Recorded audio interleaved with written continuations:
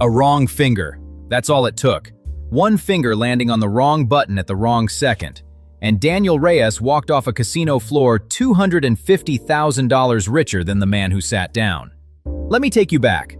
The place was called the Golden Meridian, Reno, Nevada, February 2019. If you've never been, picture a casino trying just a little too hard. Brass railings polished within an inch of their life, carpet the color of old wine, and a ceiling packed so tight with cameras it looked like a spider had gone to work up there. The eye in the sky at the Golden Meridian didn't miss much. Remember that. It matters later. Daniel Reyes was 34 years old. He drove a delivery truck. He was no whale, no high roller, no shuffle tracker or card counter, or any of the sharp operators I usually tell you about.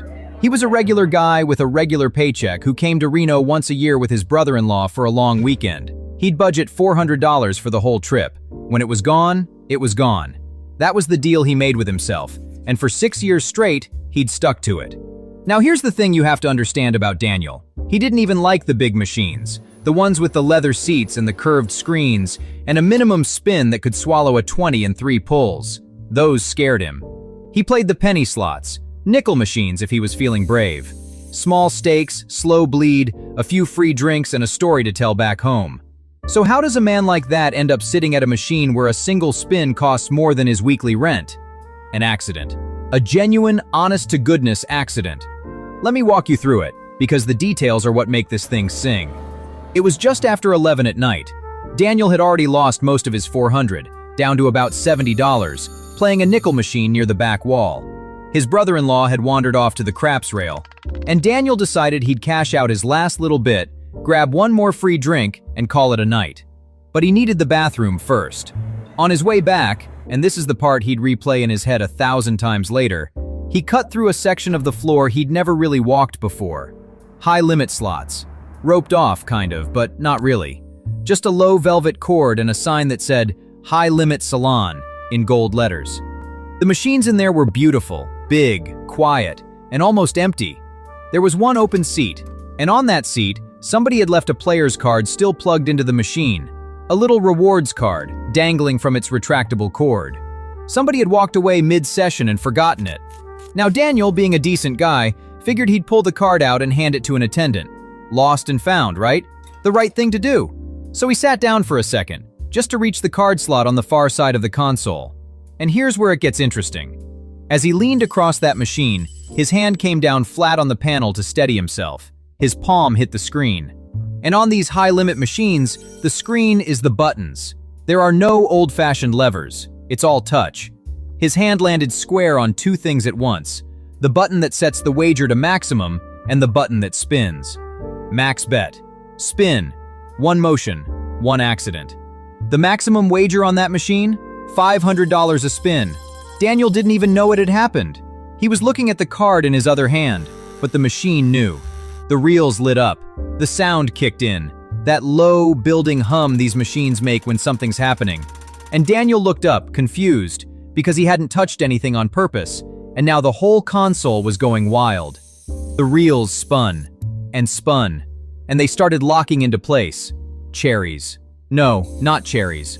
This was one of those progressive machines, the kind wired into a network across the whole property, where the top prize climbs and climbs until somebody trips it.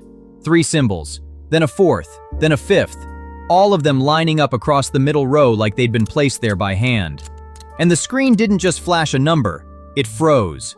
Then it went dark for half a second, the way slot machines do when the win is too big for the machine to just pay out on its own. When the amount is so large that a person has to come verify it. $250,000 on a spin Daniel Reyes never meant to make. On money that wasn't even his, because remember, he'd sat down at somebody else's card. And that, right there, is the whole knot of this story. Because 2 people were about to claim that $250,000, and only one of them had actually pressed the button. Let me slow down. The alarm on the machine went off, that celebratory chime that brings every attendant on the floor running. Within 90 seconds, Daniel was surrounded. A slot host, then a pit boss, then a floor manager in a sharper suit. And the first question out of their mouths was simple. Is this your card? Daniel, to his enormous credit, told the truth. No, it wasn't. He'd found it in the machine. He'd sat down to pull it out and hand it in. He'd bumped the screen with his hand. He'd never meant to bet a thing. And the manager's face. Daniel said you could watch the gears turning behind his eyes. Because a machine doesn't care whose hand pressed it. But a rewards card? A rewards card belongs to a person, and that person's session was still active. Cue the twist. While all this was unfolding, a woman came marching back across the high-limit salon. Her name was Carol Whitfield, 61 years old, a retired dental hygienist from Sacramento, and she was hot. Because that was her card. She'd been playing that exact machine for 2 hours, fed nearly $800 into it, and had stepped away for exactly 4 minutes to take a phone call from her daughter. She came back to find a stranger in her seat and every alarm on the floor screaming. And when she heard the number, $250,000, Carol Whitfield said 4 words that turned this into a war. "That's my machine, mine!" Now you tell me, who does that money belong to? The man whose hand pressed the button by accident? Or the woman whose card and whose money had been sitting in that machine the entire time? Drop your verdict in the comments, because I promise you the Golden Meridian's lawyers argued about this for weeks, and even they couldn't agree at first. Here's what the casino did next, and it's smarter than you'd think. They didn't pay anybody, not that night. They locked the machine, roped it off, and pulled the footage. Because remember what I told you at the very start? The eye in the sky at that place didn't miss much. And the footage told the whole story, frame by frame. It showed Carol getting up and leaving, but crucially, it showed her cashing out her credits before she walked away. She'd hit a button to bank her balance. Her active wager was 0 when she stepped off. Her session, for all practical purposes, was done. The card was still plugged in, sure, but there was no money riding on it.